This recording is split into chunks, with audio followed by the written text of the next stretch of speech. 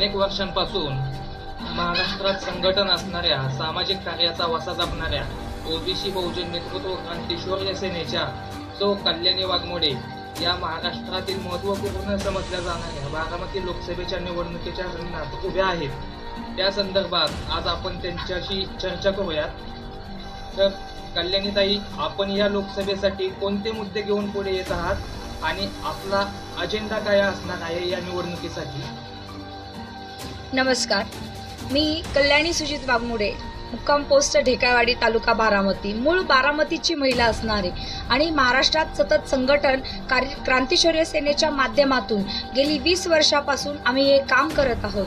जनजागृती असेल, महिलांचं सबलीकरण असेल, अनेक मुद्द्यांवर आमचा धनगर समाज असेल, मेंढपाळ समाज असेल, इतर ओबीसी समाज असेल, या सर्व दुर्बल घटकांसाठी जमिनीवर उतरून तळागाळापर्यंत पोहोचून त्यांच्या ज्या समस्या आहेत त्या शासनापर्यंत पोहोचून त्याचा पाठपुरावा करणं हे पहिलं मी माझं ध्येय आणि उद्दिष्ट समजते.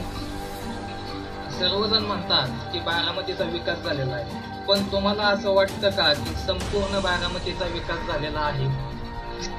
नक्कीच नाही असं मला उत्तर दुर्दैवाने म्हणावं लागेल. कारण आज बारामती तालुकाच नाही तर बारामतीप्रमाणे इतर ज्या 6 आपल्या टोटल विधानसभा मतदारसंघ येतात, मग दौंड असेल, इंदापूर असेल, पुरंदर, खडकवासला, भोर, मुळशी, वेल्हा या मतदारसंघामध्येही आजही पाण्याचा गौण असा प्रश्न आहे आणि त्याच्याकडे मात्र शासनाकडून, प्रशासनाकडून त्या पद्धतीने गांभीर्याने पाठपुरावा करत त्या योजना जनसामान्यापर्यंत पोहोचल्या पाहिजेत असं मला वाटतं. कारण आज आपण जिरायती पट्टा बारामतीचा बघतो आहोत की या ठिकाणीही 17, 18, 22 गावांचा असा नेहमीचा प्रश्न आहे की तिथे उन्हाळ्याचा दिवसच नाही तर इतर वेळी ही पाण्याचे टँकर तिथे पुरवावे लागतात. आज आपण बघतो आहोत की अतिवृष्टी होते, कधी दुष्काळ पडतो, परंतु शेतकऱ्या म्हणजे कृषीप्रधान देश असलेल्या आपल्या भारत देशामध्ये मात्र शेतकरी हा वंचित राहतो आणि मूळ प्रश्न जो पाण्याचा असतो तो कधीही सुटत नाहीये. त्यामुळे जर शहरी बारामती शहर या भागाचं फक्त इन्फ्रास्ट्रक्चर उभा करून तिथला विकास झाला असेल असं म्हणावं लागेल, परंतु ग्रामीण भाग पण बारामती तालुक्यामध्ये जो येतो त्याचा सर्वांगीण विकास होणं गरजेचं आहे. मग त्याच्यामध्ये युवकांसाठीचा बेरोजगारीचा प्रश्न पण मोठा भेडसावत आहे, हाही मला मुद्दा म्हणावासा वाटतो. या निवडणुकीमध्ये नवीन मतदारांकडे सुद्धा लक्ष राहणार आहे, तर या नवीन मतदारांचा या निवडणुकीमध्ये तुम्हाला फायदा होईल असं वाटतं का? नक्कीच, कारण आपणाला माहित आहे मागील लोकसभा मतलब 2019 मध्ये 21,14,000 असं समथिंग मतदान होतं, परंतु आज आपण बघतोय या 5 वर्षात नवी पिढी पुढे येत आहे आणि नवीन मतदार वाढलेले आहेत. मग नवीन मतदार जे वाढलेले आहेत ते आजचे सजग सुशिक्षित असे नागरिक आहेत आणि मला वाटतं की आज जे काही गलिच्छ पातळीचं राजकारण सर्व पक्षीयांकडून केलं जात आहे, मग त्यामध्ये युवक भरडला जातोय, शेतकरी भरडला जातोय, महिला वर्ग भरडले जात आहे आणि आज आपण बघतो आहोत की महिलांची सुरक्षा ही चव्हाट्यावर आहे. त्यामुळं आज मोदी सरकार असो म्हणजे केंद्र सरकार असो किंवा राज्य सरकार असो, सरकार आज आपण बघतोय की कोणता सरकार पुढे येऊन बसतंय. 2 वर्षात 1-1.5 दिवसाचं सरकार, 2 वर्षाचं सरकार, 2.5 वर्षाचं सरकार, मुख्यमंत्री नवीन येऊन बसतात. एक मुख्यमंत्री गेला नाही तर दुसरा मुख्यमंत्री त्या ठिकाणी बसतो आहोत आणि आजच्या पिढीला सुद्धा मग कदाचित नवीन मुख्यमंत्र्याचा चेहरा लवकर पुढे येत नाही. म्हणजे एक संभ्रमित असलेला मतदार सुद्धा सध्या आहे आणि आज आपण बघतो आहोत की आरक्षणाच्या मुद्द्यावर मराठा असेल, ओबीसी आरक्षण असेल, मुस्लिम असेल, लिंगायत असेल, धनगर समाजाचं आरक्षण असेल, मग त्यामध्ये कोळी समाजाचं आरक्षण असेल, गौंड गोवारी समाजाचं आरक्षण असेल, अशा अनेक मुद्द्यांवरनं आजचं वातावरण एवढं कलुषित झालेलं आहे की याचा नक्कीच फटका नव्या पिढीकडून या सरकारला बसू शकतो. बारामती मतदारसंघ हा पवारांचा बालेकिल्ला समजला जातो. या निवडणुकीमध्ये प्रामुख्याने तुमच्या पुढे मोठं आव्हान कोणतं आहे असं तुम्हाला वाटतं? बारामती लोकसभा मतदारसंघ हा आजपर्यंत घराणेशाहीला धरून चाललेला मतदारसंघ आहे असं मला म्हणावंसं वाटतं. जर आमच्यासारखी सुशिक्षित महिला, मी स्वतः एक इंजिनियर MBA आहे, जर सुशिक्षित महिला जी महाराष्ट्रामध्ये संघटन असते, आम्ही देखील इच्छुक म्हणून जर मागणी करत असो तर त्याच्यामध्ये कुठेतरी चुकीचं आहे असं मला वाटत नाही. कारण आज आमच्यासारखी भगिनी पुढे येऊन समाजाला, वंचित दुर्बल घटकांना न्याय देण्यासाठी पुढे सरसावत असतील तर यांनाही संधी देणं ही राज्य सरकार किंवा जे राजकीय पक्ष आहेत त्यांची जबाबदारी आहे. परंतु आज आपण बघतो की काँग्रेस, राष्ट्रवादी, भाजप, शिवसेना घराणेशाही पुढे घेत सरसावत आपण बघत आहोत की त्यांचे जे ज्येष्ठ नागरिक आहेत तेच लोकसभा लढवत आहेत किंवा त्यांच्या मुली लढवत आहेत, त्याच्यानंतर त्यांच्या आता नातू पुढे मैदानात उतरत आहेत. मला तर वाटतं उद्या अजून म्हणजे बाळ जन्माला आलं की पाळण्यातच त्यांचं नामकरण लोकसभा मतदारसंघ किंवा विधानसभेच्या नावाने करतात की काय असं म्हणावंसं वाटतं. म्हणून हे मला काही असं आव्हान वाटत नाहीये. जरी घराणेशाही पुढे असेल तरी आमच्यासारख्या सामान्य मध्यमवर्गीय कुटुंबातून आलेल्या महिला या गोष्टीला कुठंतरी थारा न देता समाजाचे मुद्दे पुढे घेत आणि समाजाला खरं विकासाच्या मार्गावर आणण्यासाठी हा लढा देत आहेत. सध्या महाराष्ट्रात जे वातावरण आहे ते पाहता ही निवडणूक प्रामुख्याने कोणत्या मुद्द्यावर राजकीय पक्ष लढवतील असं तुम्हाला वाटतं?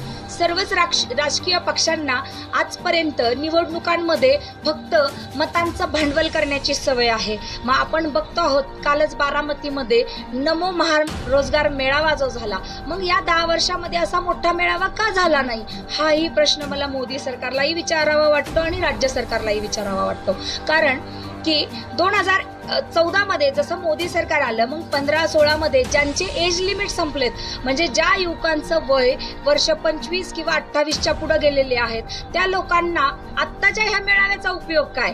म्हणजे एज लिमिट बार संपलेली मुलं ह्या मेळाव्याला जाऊन इंटरव्ह्यू जरी दिले तरी त्याच्यात ते क्वालिफाईड होणार नाहीत. आणि आपण बघतो नुकतंच रेल्वे भरतीमध्ये 2 लाखाच्या पुढे मुलांनी फॉर्म भरले होते. याच्यावरून युवकांचा बेरोजगारीचा महाभयंकर प्रश्न महाराष्ट्रातच नाही तर पूर्ण भारतामध्ये आहे, ही सुद्धा गोष्ट पुढे येत आहे. रोजगार मेळाव्याच्या माध्यमातून युवकांना ही तात्पुरती भूलथापा पण असू शकते, कारण दरवर्षी असे मेळावे झाले पाहिजे शासनाकडून.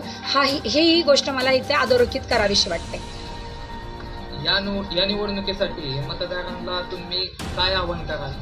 आजचा मतदार हा सजग आहे आणि सुज्ञ आहे. आजची युवा पिढीच हा खरा मतदार आहे आणि जी आपली ज्येष्ठ पिढी आहे, जे मतदान करणारे आहेत, आज त्यांनाही कळत आहे की राज्य सरकार असेल, केंद्र सरकार आहे, एकीकडे खूप छान इन्फ्रास्ट्रक्चर उभारलं जातं. म्हणजे सांगावंसं वाटेल, मेट्रो ट्रेन सुरू केल्या, बुलेट ट्रेन सुरू झाल्या, परंतु महाराष्ट्रातील काही उद्योगधंदे जसं हिरा व्यापार असेल, महानंदा असेल, अनेक छोटे छोटे उद्योगधंदे गुजरातकडे पळवण्याचा जो एक जोखंडा राबवला जात आहे, ती देखील ज्येष्ठ नागरिक किंवा ज्येष्ठ लोक ह्याचाही कुठंतरी विचार करतील असं मला वाटतं.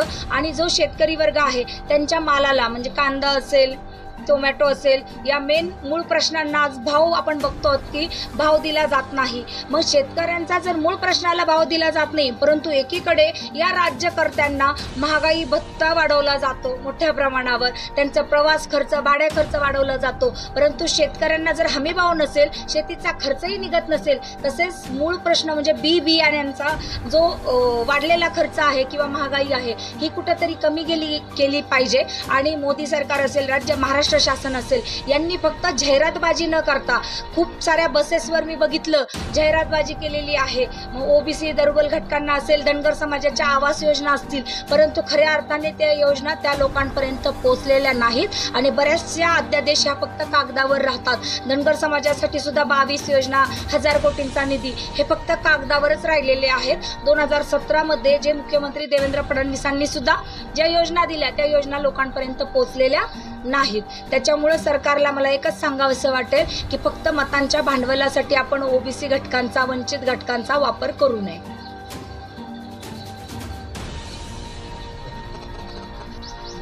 आता नुकतंच अशा बातम्या आल्या की मोठ्या प्रमाणावर ड्रग्ज सापडलेला आहे.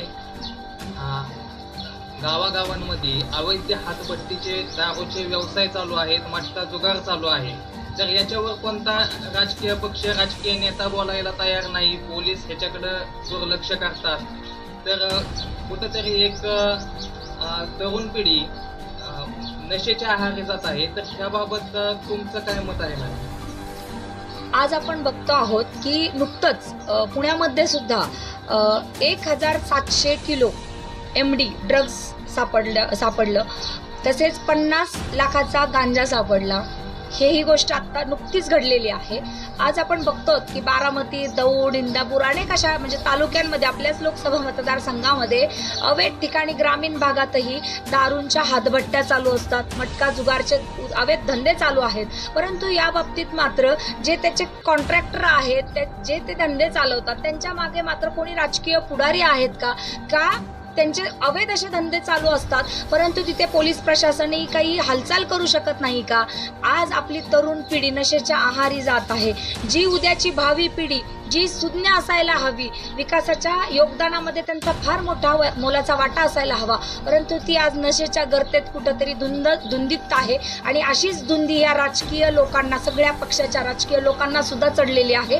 आणि म्हणून याकडे दुर्लक्ष करून बाकीच्या आपल्या युवा पिढी बर्बाद करण्याचं मात्र यावर काम होत आहे.